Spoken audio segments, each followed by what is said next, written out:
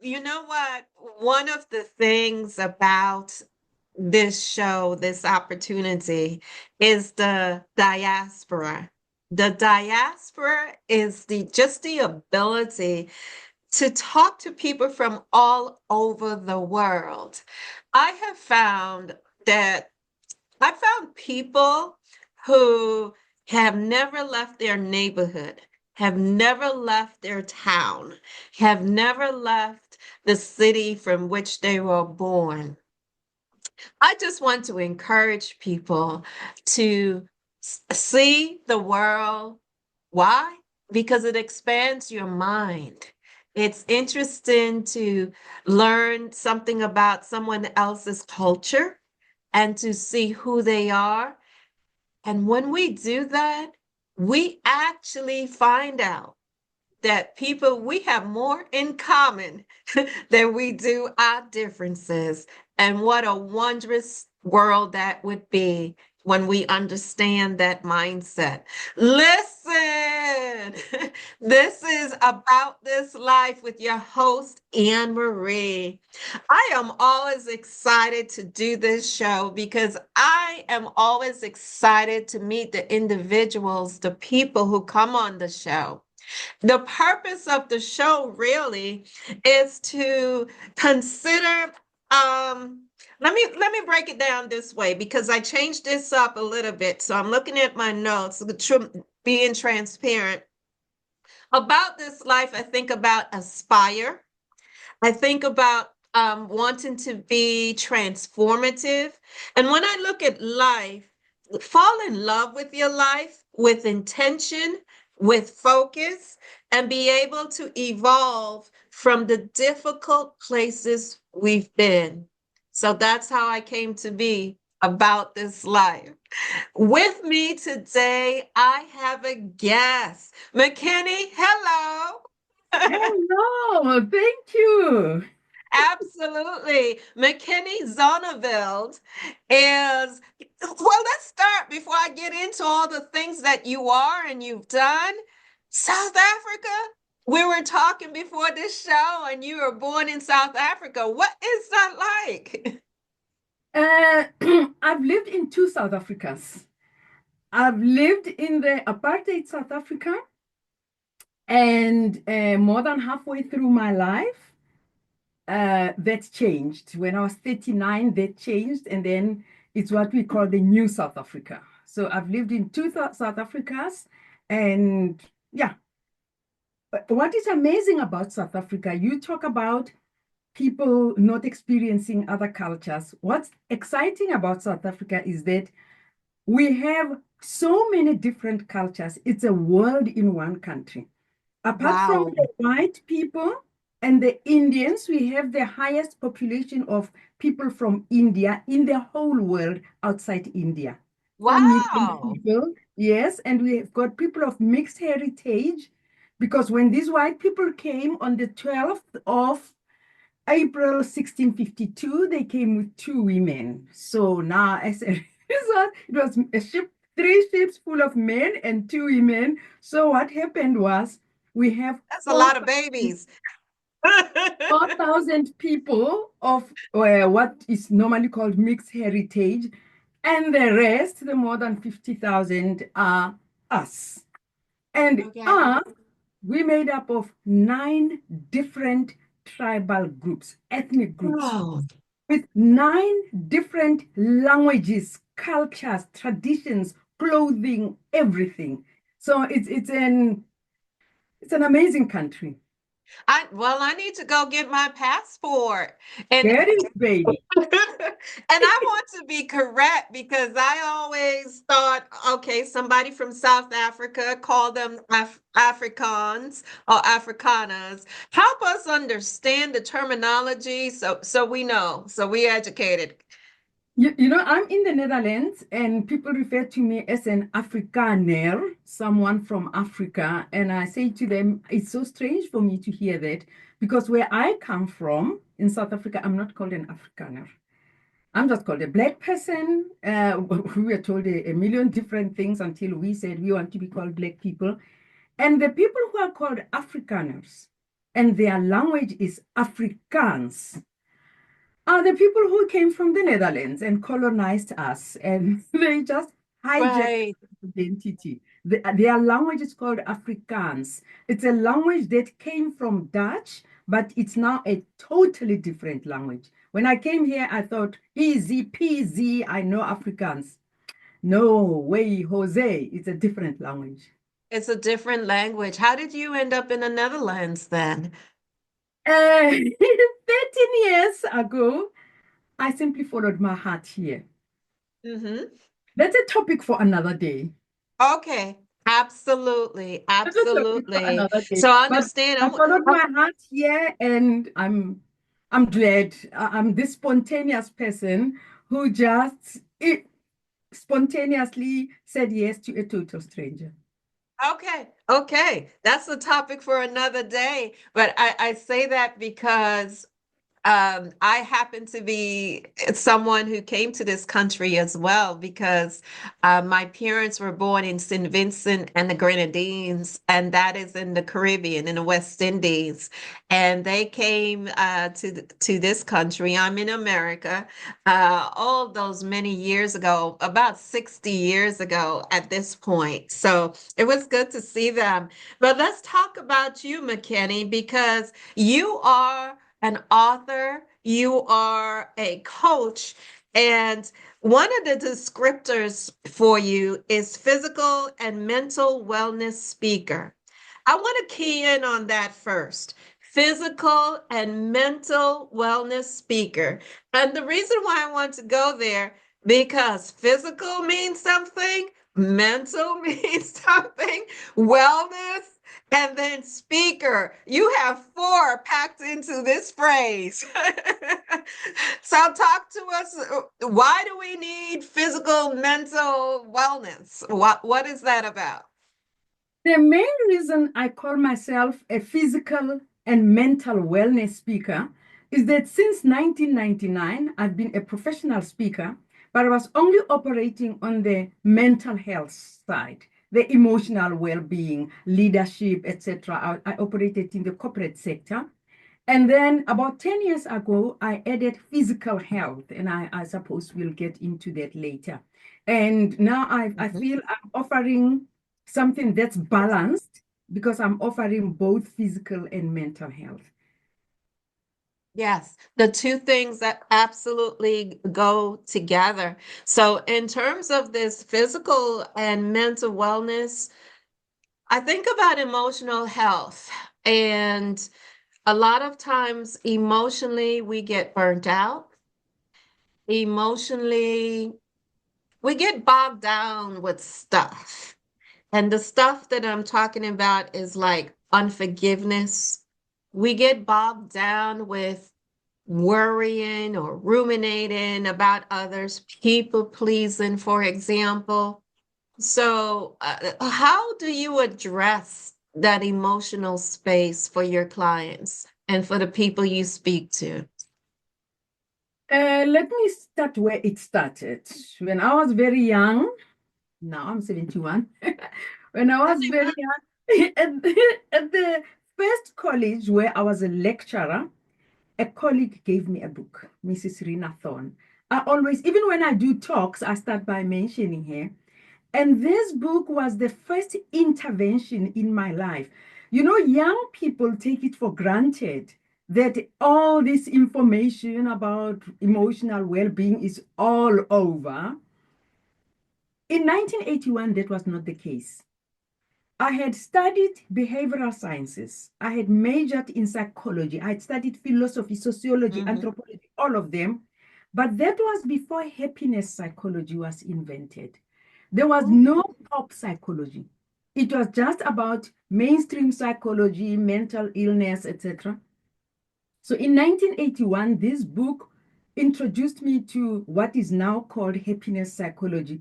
Before it was called that, in 1981. I read this book and I just couldn't stop because I love reading. I couldn't stop. I just consumed so many of these books, and I attribute how I ended up.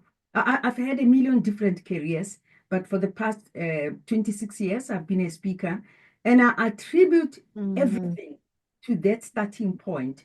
So the main message that I bring to people is that it begins with you.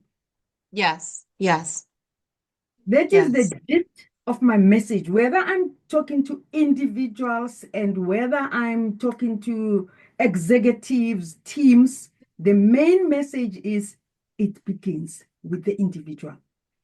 And as a result, my approach to physical health is okay, it's all well and good. We can talk about what the government should be doing, what should be allowed, what shouldn't be allowed, but I don't focus on that.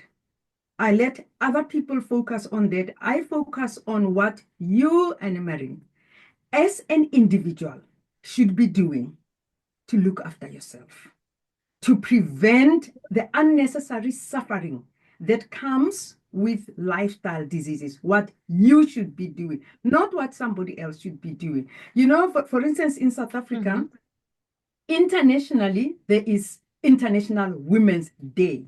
But Yeah. in South Africa, over and above that, the 9th of August is National Women's Day. And so the whole month is Women's Month. Now, I'm so Mm. happy for that because that's when I used to make up for having no work in December, January because of the long break. I Yes. like fly all over the country, talk about this, and I always said this to women. Today I'm talking to you as women. Please, I'm not going to talk about what men should be doing. I'm not going to talk about what the employer should be doing, the government. When I talk to men, I talk to them about what they should be doing.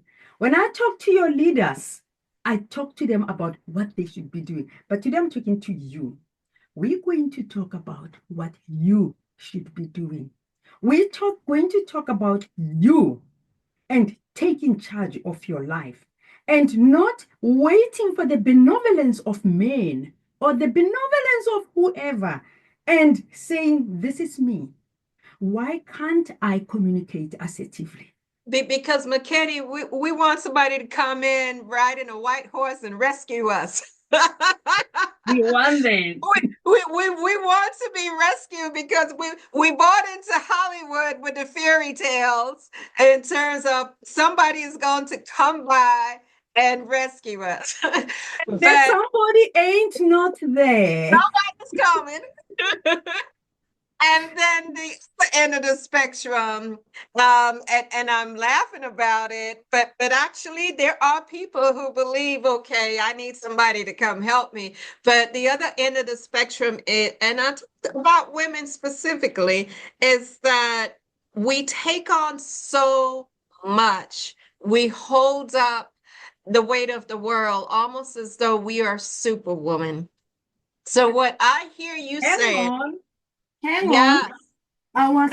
Oh no, can't find that paper. I was clearing Yeah, paper the cape. recently.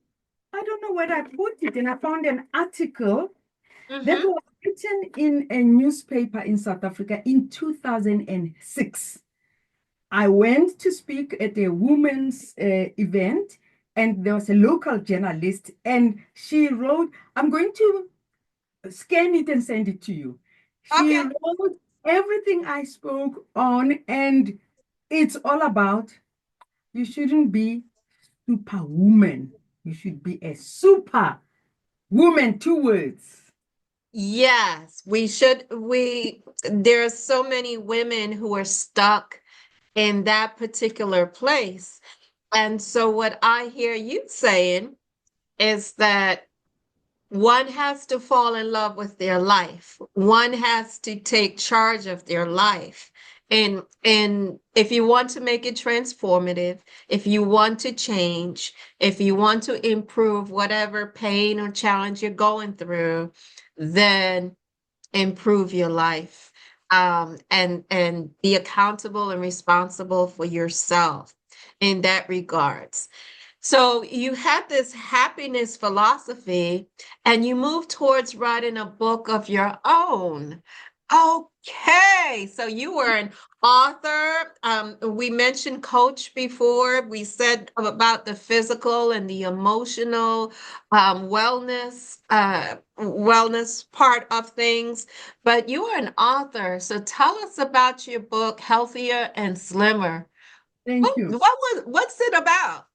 I've written books before, but I didn't call myself an author until I wrote this book. And now, when I think of it, I was actually wrong because in the past, I had written digital books. Mhm. And this is the first time I write a book where people turn pages. Oh my God, hold that book up again. Let me see. Let me see that cover. Okay, look at you. Fabulous. We're gonna come back to that. We'll come back to that in a moment, but I want you to And keep going. I hope you have noted that it's a book with content. It's not empty lines. It's a book with content. So, how did I come to write this book? I like to give a bit of background. Mm-hmm. In 2020, I was talking to a friend from South Africa on WhatsApp, and she said, "You know what? You should come back to South Africa and be back on TV because at some point I was a co host of a talk show. You should come back to South Africa because you really help people." But when I was a co-host of a talk show, it had nothing to do with physical health. So I was always gave her tips on physical health, on mental health. And I said to her, "You crazy, I'm not coming back to South Africa." And then I decided, of course I'm here, I'm not going back. And at the beginning of 2021, this coincided, this just happened to coincide with when Biden became a president. Mm-hmm. It has nothing to do with that, but it was at that time. I thought, hang on. When she said TV, I thought of the TV I was on. Why don't I do this on YouTube? So I'm an action girl. Immediately, Yes. I started a new YouTube channel and I called it the Free Health Club. And I started a new website, freehealthclub.online. Mm-hmm. And what I'm going to do, I know so much about physical health and and I thought, since the information that's in this book saved me from an operation in 2006. Mm. In 2008, I continued to study nutrition and the toxicology of food, but informally. That's what I'm helping people with. But Yes. when it comes to mental health, I'm qualified to talk about that. And then I thought, oh, how am I going to stand in front of the camera and say this because I'm not called Dr. So and so or nutritionist. Mm-hmm. So I decided to ask doctors and other people if I could interview them. This is the Free Health Club. I'm just helping. Of course, Makheni, you and helping people I'm in. And then I asked people like you, I asked other people, on the show, will you, when I talk about things I'm qualified to talk about, will you interview me? Of course. The problem Yes. was that this was a new YouTube channel Uh-huh. with 0 listeners. Yes. So Yes. it died a natural death. And then I decided to write a book quickly, an e-book on, because I want people to hear this. I want people to hear about how to prevent illness, how to prevent obesity, and how to not be obese, not killing yourself with Ozempic, Yes. not Yes. risking neuropathy, not risking cancer, but just with eating right and exercising and having the right mindset. So I wrote this book quickly and yeah, I sent it to a few people or my contacts. Mm-hmm. Mm-hmm. Hear this. And then that's when I remembered at some point I studied marketing. And they said, if you want people to think something has no value, give it out for free. I'm going to write a book that's going to be printed and sold. That is the history of this book. That is the history of the book. And it seems like you just have a heart to serve. You mentioned the toxicity of food, and we are what we eat. We are what we eat, and our culture is beginning to understand that in terms of the nutrition aspect of things. Um, why do you think so many people don't take care of themselves? Like in your coaching or in your conversations with the people who come to your talks, your speeches, why do you think people don't take care of themselves? What have you heard? Are you talking about emotionally or physically or both? Whichever way you want to go. I tend to think both, but Okay. whichever way you want to focus. We are used to not taking responsibility. And until things go wrong, we hope they will always go right.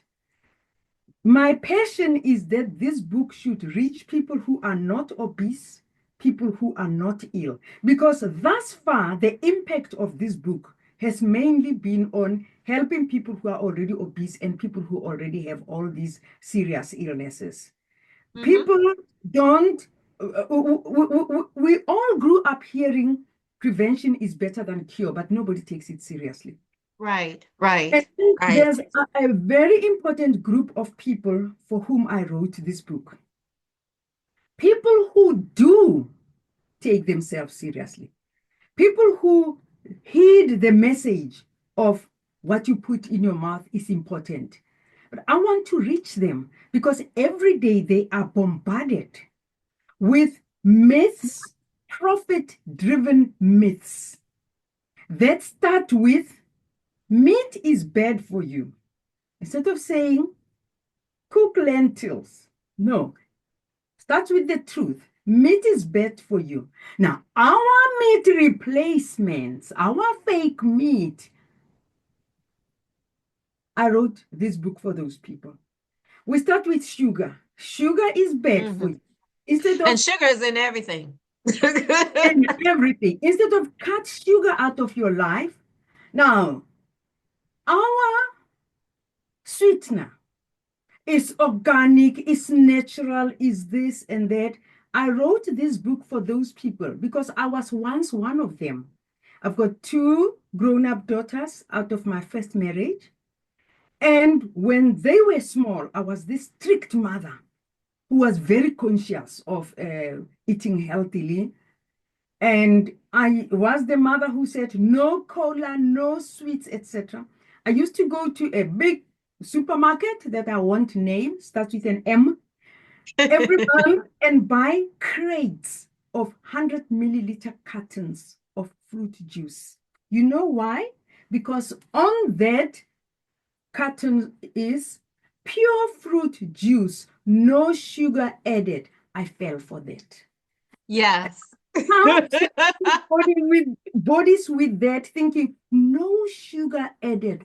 Wow, this is wonderful. So there are people who think so-called health products are health products and they Mhm. fall into their trap. And this book just helps you to put on your thinking cap and think, if this is not meat, why does it look and taste like meat? What are the chemicals they use to achieve this? That's the purpose of this book. Okay, okay. Why are you the coolest granny? Oh, I'm The the coolest granny in town. And the craziest. I love that question. coolest Uh, granny. you know what? I've always been the coolest, craziest, fittest granny. But the name Coolest Granny in Town came when I started the Free Health Club because I thought, now, I love dancing, I love You like to singing, move? and it's in our blood, and it runs through our veins. And I thought, I'm going to create a theme song. So I created a song, two theme songs. If you go to freehealthclub.online and click on theme song, you're going to like fall out of your chair because it's not in a genre that you'd associate with a gray-haired person. At that Hmm. time, I was 67. It was 4 Go years ahead, ago. preach. Go ahead, preach. And, it's a crazy song. It's Afrobeat. It's like I from Benny. Sia, vaya, sia, vaya, sia, vaya. That's people listen to it and say, McKinney, this is not a granny singing here. This is a 19-year-old guy. And I said, no, that's me. So then when I put these songs on Spotify, etc., on YouTube, then I called myself the coolest granny in town. And the name stuck. Awesome. So I love that story because one of the things that I hope, and your being a guest here on this podcast is proof of that, that we redefine what it means to age. We redefine that. And so I think about like all the gray in my hair. And a lot of people, before the show, I was talking about how I'd walk into rooms, and very often I would be the youngest person. I was always the youngest person. And that comes from my education years because I skipped 2 grades. So I was in college at 16, instead of 18. 18, yeah. Yeah, so I was the youngest person. And then through the genes, okay, because in Caribbean, my hair turned white and turned gray very early on. At And what the age? it turned in the 40s. In the 40s. And what's interesting for me is that I spent a decade just coloring it. But that gray has its own mind. It has its own mind, its own business, and it says, okay, you think you're going to hide me? I have news for you. So I made a decision to stop coloring my hair, and now I'm so self-conscious about it. So it's shaking me up. I love gray hair. I'll tell you why. I turned gray before I turned 30. Yes, there you go. Because when I was 27, it's a topic for another day when we talk about being single and loving it and choosing it. I hope we'll talk about that one day, especially for Okay, women. okay. That was my choice. I was going to die alone. The long and short of it is that I was raised by a father who was not the greatest example of being a husband and a father. So I decided at Hmm. 10 years old that my mother's life, I don't want. I'm not Yes. going to get married. I'm not going to have children. I'm going to just go to school and get all these degrees and just, I was 10. I had never seen anybody who had chosen not to get married. I had never seen that. But anyway, when I was 27, you don't know my mother. You don't know my mother. She plonked me in this marriage that shouldn't have happened.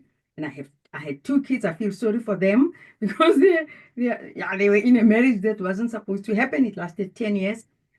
But as soon as I was plonked in that marriage because of stress, I turned gray. But it was only here. It was only in Mm-hmm. front. Mm-hmm. And it didn't spread quickly enough. I don't know why I love gray hair.